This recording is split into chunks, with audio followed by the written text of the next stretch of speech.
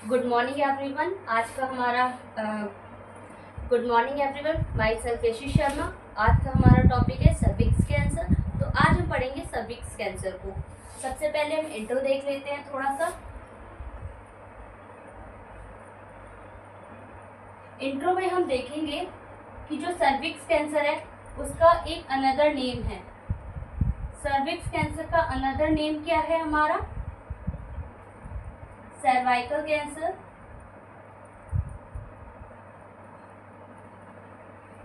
And जो cervix cancer होता है उसमें क्या होता है, जो हमारा सर्विक्स कैंसर होता है उसमें हमारा ये होता है कि जो अनकंट्रोल और अनवांटेड ग्रोथ होती है हमारे सेल्स और टिश्यूज़ की, यानी कि जो अबनॉर्मल ग्रोथ हो रही होती है हमारे सेल्स और टिश्यूज़ की, कहाँ पर? हमारे सर्विक्स के अंदर।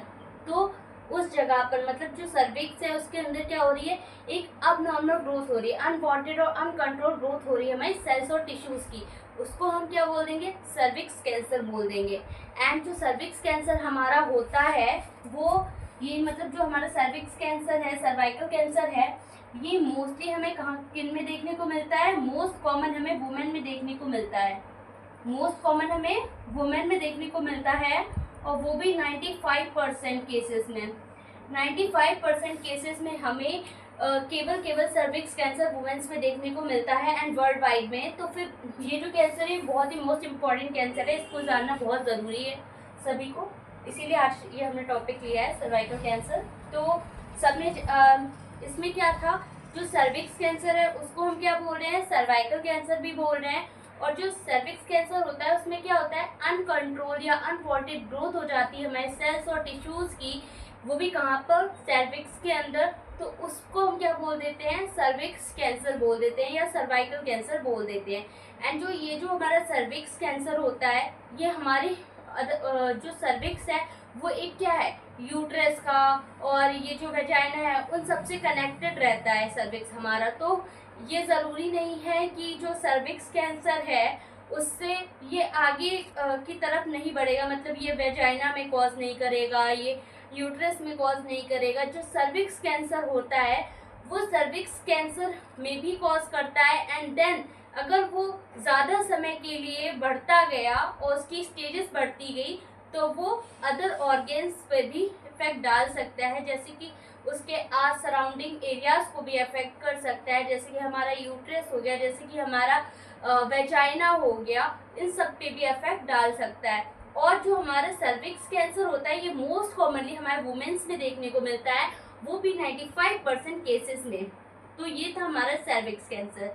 तो अब हम इसकी डेफिनेशन की बात कर लेते हैं एंड देन हम आपको डायग्राम के ज़रिए भी थोड़ा सा समझा देंगे।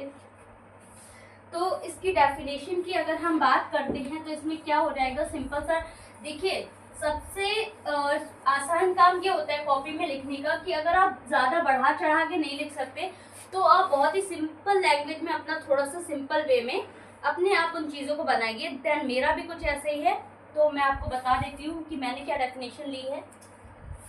डेफिनेशन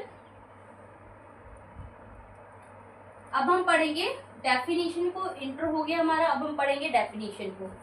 डेफिनेशन में क्या हो जाएगा, अनकंट्रोल या unwanted growth of cells and tissues of the cervix is called cervix cancer।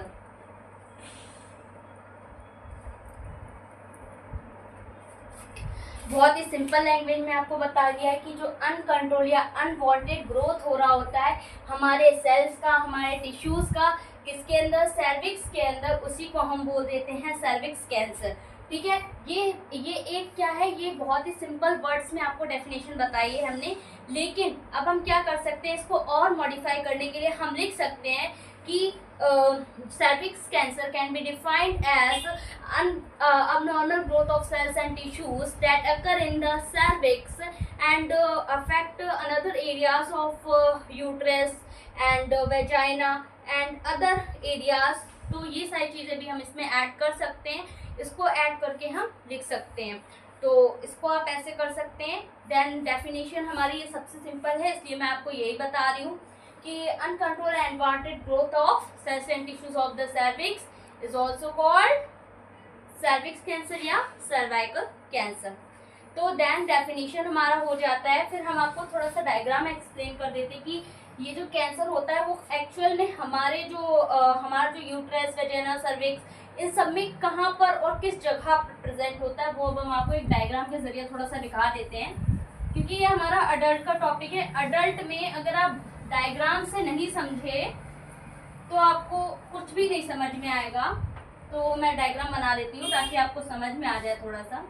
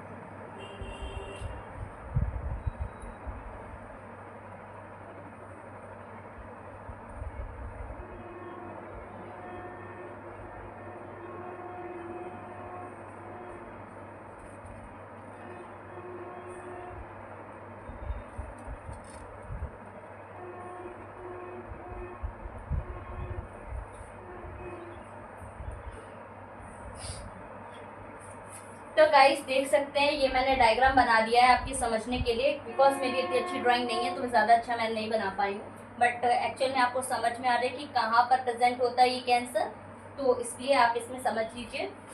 Guys ये हमारा जो होता है ये हमारा यूटेरस होता है, एंड ये हमारी ओवरी होती है,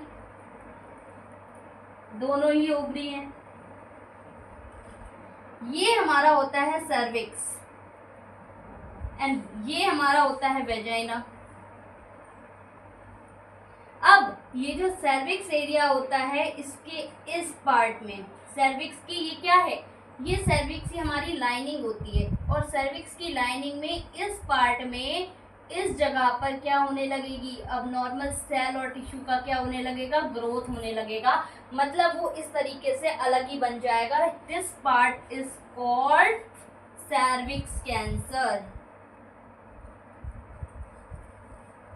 देखिए ये हमारा डायग्राम है, इस डायग्राम के थ्रू हम आपको बता देते हैं थोड़ा सा कि ये हमारा यूट्रस का पार्ट होता है, ये हमारा सर्विक्स का पार्ट होता है। सर्विक्स में सर्वाइकल कैंसर, तो सर्विक्स की ये जो लाइनिंग होती है, इस लाइनिंग में भी साइड में अबनॉर्मल ग्रोथ होने लगती है, उसे हम कह देते हैं सर्विक्स कैंसर।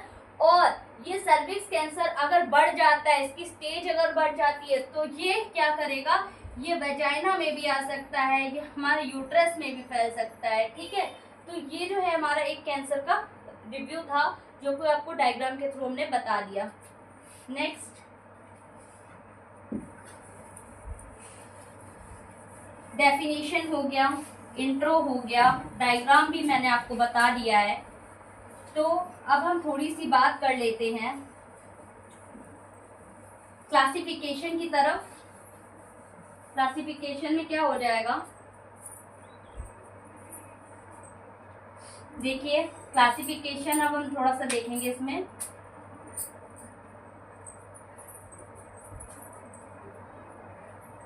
क्लासिफिकेशन, ठीक है, क्लासिफिकेशन में जो हमारा सर्विक्स कैंसर होता है वो 3 टाइप्स में होता है, 1, 2 एंड 3। कौन कौन से 3 टाइप्स हमारे पास होते हैं, squamous cell carcinoma, cell carcinoma, adenocarcinoma होता है,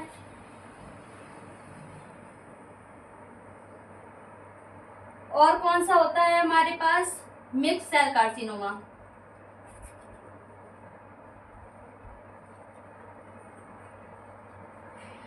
गाइस तो क्लासिफिकेशन में ये 3 टाइप्स आपको मिल जाएंगे, squamous cell carcinoma, adenocarcinoma, mix cell carcinoma. इनमें से क्या होता है, जो स्क्वेमस सेल कार्सिनोमा होता है उसमें क्या हो रहा होता है कि जो हमारी सर्विक्स की लाइनिंग होती है, जो हमारी सर्विक्स की लाइनिंग होती है वहां पर सर्विक्स की लाइनिंग में अगर कोई भी हमारा अबनॉर्मल ग्रोथ हो रहा होता है तो उस कंडीशन में क्या हो जाएगा, हमें स्क्वेमस सेल कार्सिनोमा देखने को मिलता है, और वो भी सर्विक्स के अंदर प्रेजेंट होता है। वो भी कितने परसेंट में, 90% ये कैंसर हमें देखने को मिलता है, वो भी वुमेन्स के अंदर। फिर इसके बाद एडिनोकार्सिनोमा की अगर हम बात करते हैं तो एडिनोकार्सिनोमा में क्या होता है, जो एडिनोकार्सिनोमा होते हैं उसमें हमारी ग्रैंडुलर सेल, जो सर्विक्स में ग्रैंडुलर सेल्स प्रेजेंट होती हैं, वो उन सेल्स में अबनॉर्मल ग्रोथ होगा और वो प्रोड्यूस करेंगे म्यूकस को, वो प्रोडक्शन करेंगे किसका, म्यूकस का, और ये हमारे इनर सर्वाइकल कैनाल में भी होता है। ठीक है, तो ये हमें 10 से 20% देखने को मिलता है वुमेन्स के अंदर। फिर मिक्स सेल कार्सिनोमा में अगर हम देखेंगे तो मिक्स सेल में क्या हो जाएगा, जो हमारे स्क्वेमस सेल्स हैं और जो हमारे ग्रैंडुलर सेल्स हैं, ये दोनों ही सेल्स क्या होंगे, अबनॉर्मल ग्रोथ कर रहे होंगे। ठीक है, जब ये दोनों सेल हमारी अबनॉर्मल ग्रोथ कर रहे होंगे तो उसे हम क्या बोल देंगे, मिक्स सेल कार्सिनोमा। ये हमारे था क्लासिफिकेशन सर्वाइकल कैंसर का, बहुत ही इजी है। Squamous cell carcinoma, adenocarcinoma, mix cell carcinoma. इसमें क्या है, स्क्वेमस सेल में कि जो सर्विक्स की लाइनिंग होती है उसमें कैंसर प्रेजेंट होगा, 90% के केसेस में देखने को मिलता है वुमेन्स के अंदर। एडिनोकार्सिनोमा में जो ग्रैंडुलर सेल्स होते हैं, जो म्यूकस का प्रोडक्शन करते हैं, वहां पर इनर कैनाल में सर्विक्स के हो रहा होता है कैंसर, जो कि 10 से 20% वुमेन में देखने को मिलता है। और मिक्स सेल कार्सिनोमा में अगर देखा जाए तो उसमें glandular cell plus squamous cell दोनों ही सेल्स में अबनॉर्मल ग्रोथ हो रही होती है, जिस सेल्स और टिश्यूज में, जिसकी वजह से हमें मिक्स सेल कार्सिनोमा देखने को मिलता है। ठीक है, तो क्लासिफिकेशन भी हमारा हो गया है। अब हम बात कर लेंगे कुछ स्टेजेस की।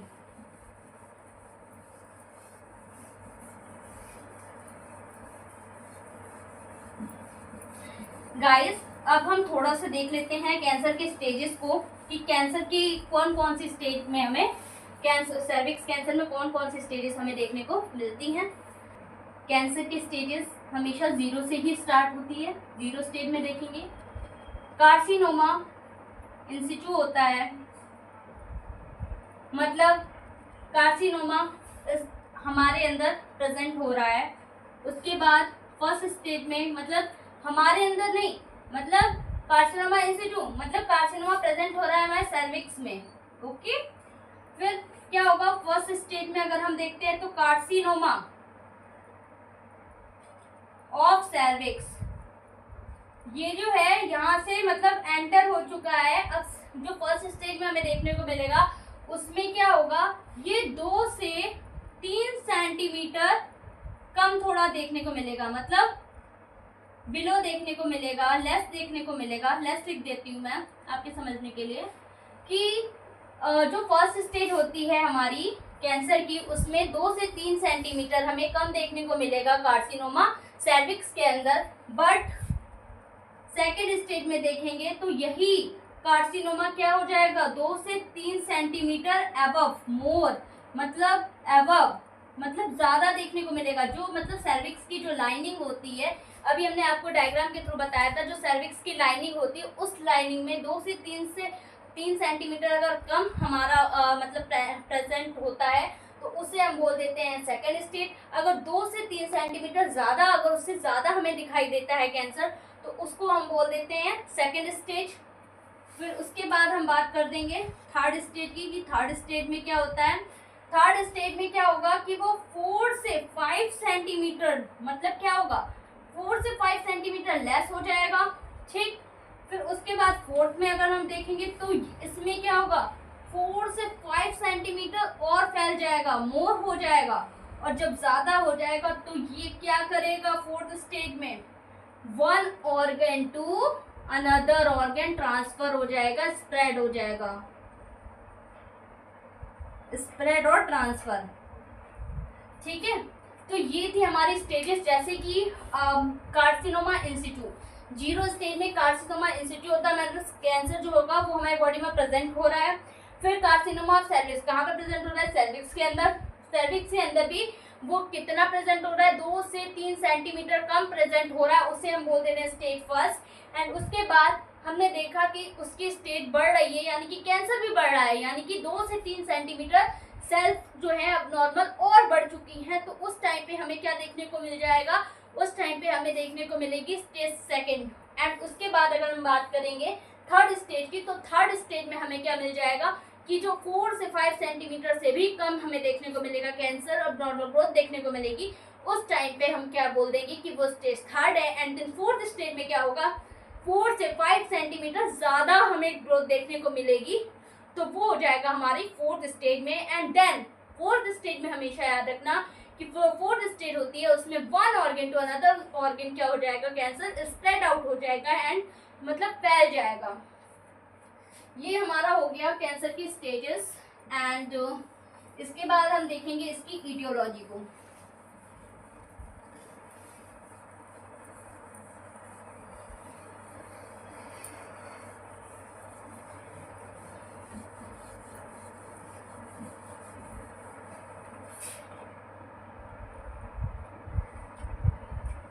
अब हम इसके कुछ कॉजेस एंड रिस्क फैक्टर पढ़ लेते हैं।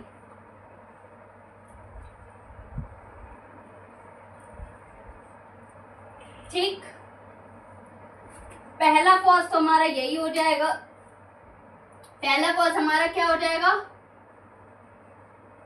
Multiple sexual partners, HIV infection,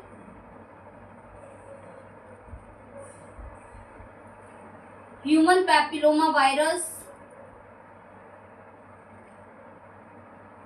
smoking,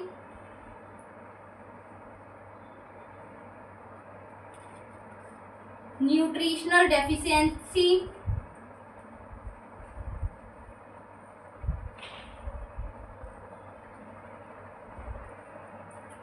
obesity,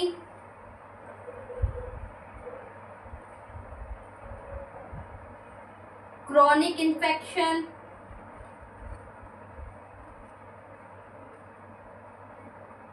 hormonal disbalance या इम्बैलेंस,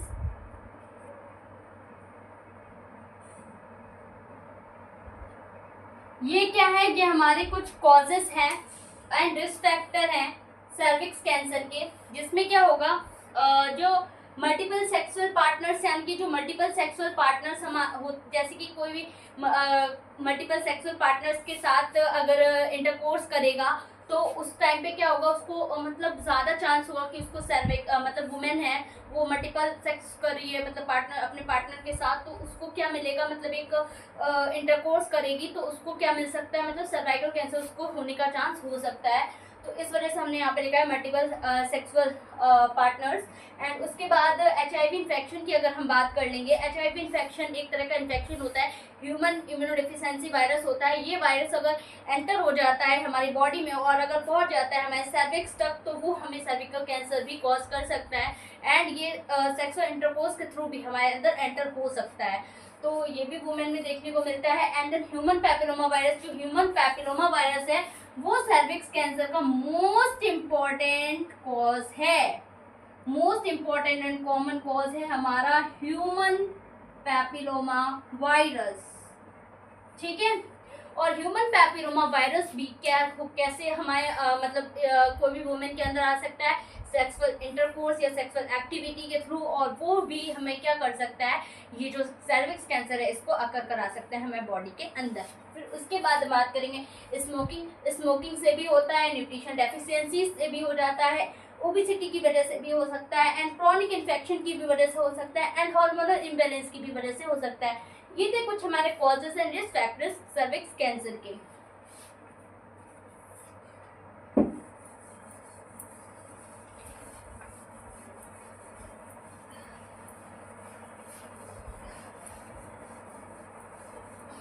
अभी हमने मतलब कॉजेज हैं, हमने कॉजेज एंड रिस्क फैक्टर पढ़ लिए हैं, तो अब हम पढ़ेंगे इसके क्लिनिकल मैनिफेस्टेशंस, मतलब क्या क्या साइन एंड सिम्टम्स हमें देखने को मिलते हैं। तो क्लिनिकल मैनिफेस्टेशंस में फर्स्टली हमें देखने को मिलेगा pain in urination,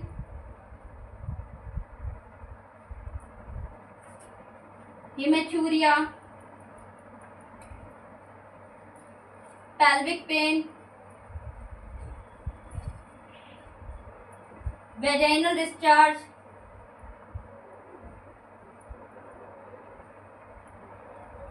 vaginal bleeding,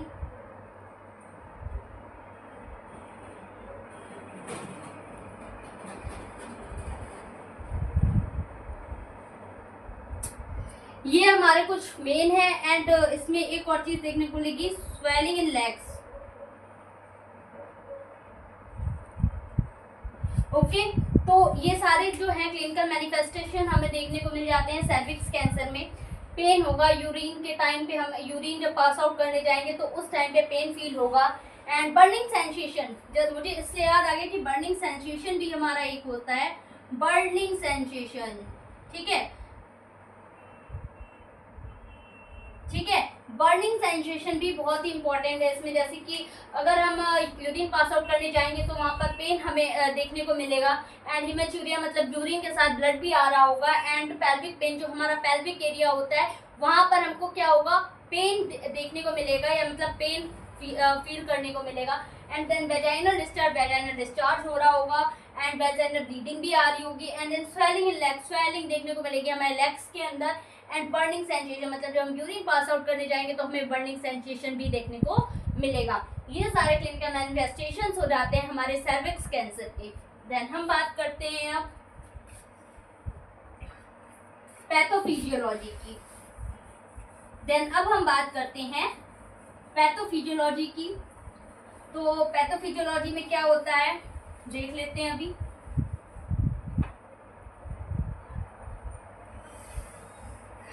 pathophysiology देख लेते हैं थोड़ी सी।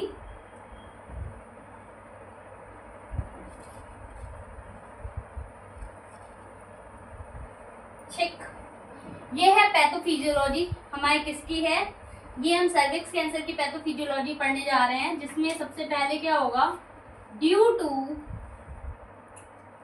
ईटियोलॉजिकल फैक्टर्स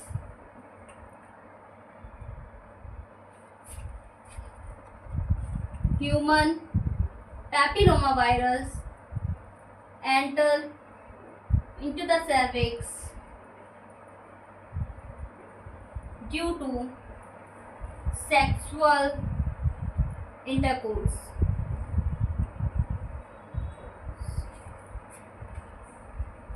फिर क्या देखने को मिलेगा, that affect cells and tissues, abnormal growth of cell and tissue। Then हमारा कॉज हो जाएगा सर्विक्स कैंसर। ठीक, ये हमारी पैथोफिजियोलॉजी है सर्विक्स कैंसर की। ड्यू टू इटियोलॉजिकल फैक्टर्स, कोई भी जो इटियोलॉजिकल फैक्टर्स हमने लिए थे कॉज एंड रिस्क फैक्टर्स में, कोई भी हम ले सकते हैं, बट हमने क्या लिया है, एक ह्यूमन पैपिलोमा वायरस जो मोस्ट इंपॉर्टेंट है उसी को ले लिया है। कि ह्यूमन पैपिलोमा वायरस जब एंटर हो जाएगा हम सर्विक्स के अंदर, human papilloma virus enter into the cervix due to sexual intercourse, मतलब ह्यूमन पैपिलोमा वायरस जब एंटर हो रहा है सर्विक्स के अंदर, किसकी वजह से, सेक्सुअल इंटरकोर्स की वजह से, तो उस टाइम पर वो अफेक्ट कर देता है सेल्स और टिश्यूज किसके, ऑफ दी सर्विक्स, सर्विक्स के सेल एंड टिश्यू को क्या कर देगा, वो वहाँ पर अफेक्ट कर देगा। उसके बाद हमें देखने को मिलेगी अब normal growth of cells and tissues in the cervix. कहाँ पे? सर्विक्स में, सर्विक्स में देखने को मिलेगी, सर्विक्स में देखने को मिलेगी। तो उसके बाद हमारा कॉज हो जाता है सर्विक्स कैंसर। तो इस ये हमारी पैथोफिजियोलॉजी की किस तरह से जो है सर्विक्स कैंसर जो है कॉज कर रहा है एक पेशेंट के अंदर, एक फीमेल के अंदर। तो ये पूरी उसकी प्रोसेस होती है कि ड्यू टू इटियोलॉजिकल फैक्टर, कोई भी फैक्टर, ह्यूमन पैपिलोमा वायरस को हमने लिया है, ह्यूमन पैपिलोमा वायरस जब एंटर हो जाता है सर्विक्स के अंदर तो वो क्या करता है, किसकी वजह से एंटर हो रहा है, सेक्सुअल इंटरकोर्स की वजह से एंटर हो रहा है। तो जब वो एंटर हो जाएगा तो वो क्या कर देगा, अफेक्ट कर देगा सर्विक्स के सेल्स और टिश्यूज को। जब वो अफेक्ट कर देगा सर्विक्स के सेल्स और टिश्यूज को, तब वहां पर हमें देखने को मिल जाती है abnormal growth of cells and tissues in the cervix. And जब हमें ये अबनॉर्मल ग्रोथ देखने को मिलेगी तो उसकी वजह से हमें पता चल जाएगा कि यहाँ पर सर्विक्स कैंसर है, और वही होता है कि वहां पर सर्विक्स कैंसर कॉज हो जाता है। ठीक, तो ये थी हमारी पैथोफिजियोलॉजी। इसके बाद अब हम देखेंगे डायग्नोस्टिक इवैल्यूएशन को।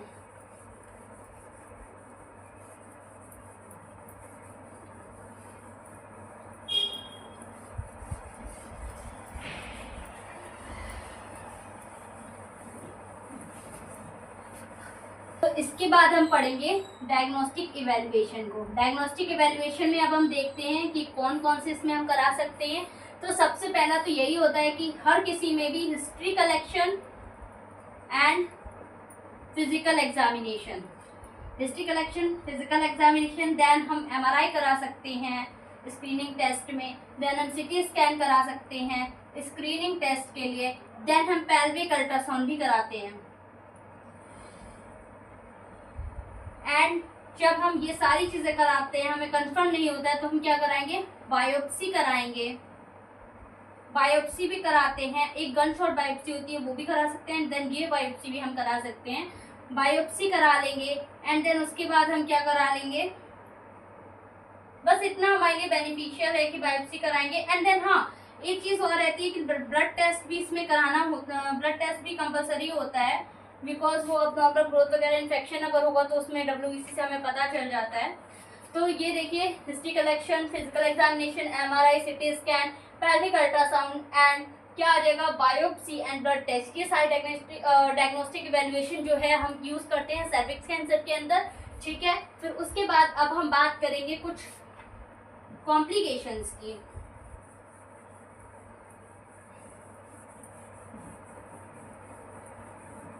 कॉम्प्लिकेशंस में हमें क्या देखने को मिलेगी, देखिए कॉम्प्लिकेशंस में हमें ज़्यादा कुछ नहीं देखने को मिलता है, हमें सीवियर ब्लीडिंग देखने को मिलेगी। ठीक है, अनीमिया देखने को मिल सकता है बिकॉज ब्लीडिंग की वजह से, किडनी फेलियर देखने को मिल सकता है,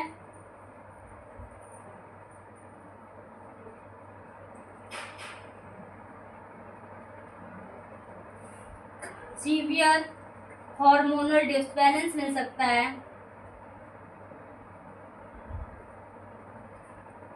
ओके, ये कुछ हमारे कॉम्प्लिकेशंस हैं, severe bleeding, anaemia, kidney failure and severe hormonal disbalance. ठीक है, ये कॉम्प्लिकेशंस हो गए। अब हम बात करेंगे मैनेजमेंट की।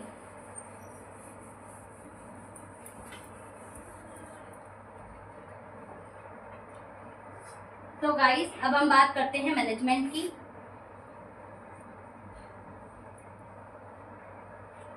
मैनेजमेंट में हम देखेंगे सबसे पहले मेडिकल मैनेजमेंट को। मेडिकल मैनेजमेंट की अगर बात करेंगे तो हमें क्या करना चाहिए, मेडिकल मैनेजमेंट की अगर हम बात करते हैं तो उसमें हमें ध्यान रखना चाहिए जब भी हमारा ये चल रहा होता है तो इसमें आपने देखा कि आपको इन्फेक्शन मिल रहा है तो आपने प्रोवाइड कर दी एंटीबायोटिक। एंटीबायोटिक का एक नेम लिख दो, पेनिसिलिन लिख दो, अमोक्सिसिलिन लिख दो। फिर प्रोवाइड कर देंगे एनाल्जेसिक क्योंकि उसको पेल्विक पेन हो रहा था, इसमें एक नाम लिख दो ओपियोइड का, आइबुप्रोफेन लिख दो। फिर प्रोवाइड करते हैं क्या, कीमोथेरेपी। कीमोथेरेपी हम अर्ली स्टेज में देते हैं। उसके बाद हम क्या कर देंगे, प्रोवाइड रेडिएशन थेरेपी देते हैं। रेडिएशन थेरेपी देने के बाद हम क्या करेंगे, इम्यूनोथेरेपी दे सकते हैं।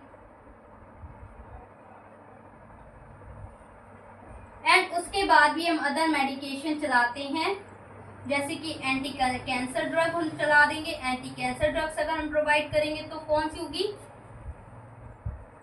कैप्सिटल, ये हमारी एंटी कैंसर ड्रग होती है, वो हम इसको प्रोवाइड करा देंगे। सॉरी, जो हमारी एंटी कैंसर ड्रग होती है उसका नेम होता है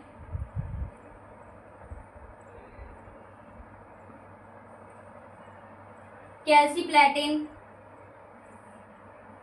ओके, और कार्बोप्लेटिन। ये हमारी कुछ कैंसर की ड्रग हो गई। ये था हमारा मेडिकल मैनेजमेंट जो हम देते हैं सर्विक्स कैंसर में। ठीक है, अब हम बात कर लेंगे सर्जिकल और नर्सिंग मैनेजमेंट की।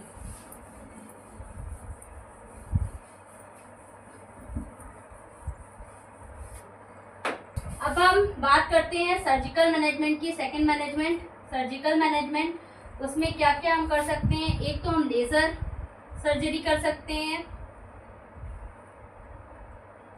या तो हम हिस्टेरेक्टोमी करा देते हैं, removal of uterus, removal of uterus. ठीक, ये दो सर्जिकल मैनेजमेंट हम करा सकते हैं, एंड अदर भी करा सकते हैं, बट आपके लिए ये मेन है। थर्ड में हम क्या करेंगे, नर्सिंग मैनेजमेंट।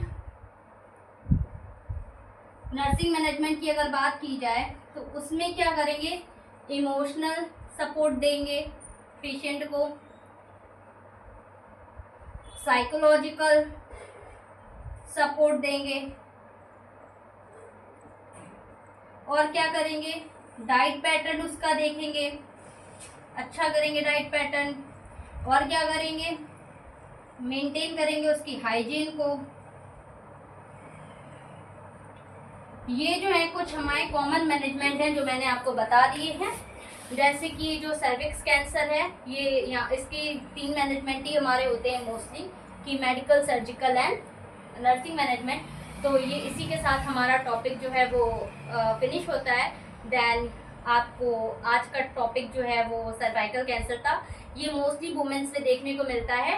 तो ये जो टॉपिक है ये बहुत ही अच्छा टॉपिक है, एग्ज़ाम से भी रिलेटेड एंड हमारी वुमेन्स के जो हैं उनको अवेयर करने के लिए भी। तो ये जो टॉपिक है वो बहुत ही अच्छा है। एंड देन मैंने जिस तरह से आपको पढ़ाया तो मुझे आई होप कि आपको बहुत अच्छे समझ में आ गया होगा। एंड देन अगर आपको नहीं आता है तो आप डाउट सेशन में भी पूछ सकते हैं, कमेंट बॉक्स में कमेंट कर दीजिए, तो मैं आपका डाउट क्लियर करने की कोशिश करूँगी। And then thank you everyone. अगर आपको पसंद आया हो मेरा वीडियो तो आप लाइक एंड सब्सक्राइब करें, एंड थैंक यू।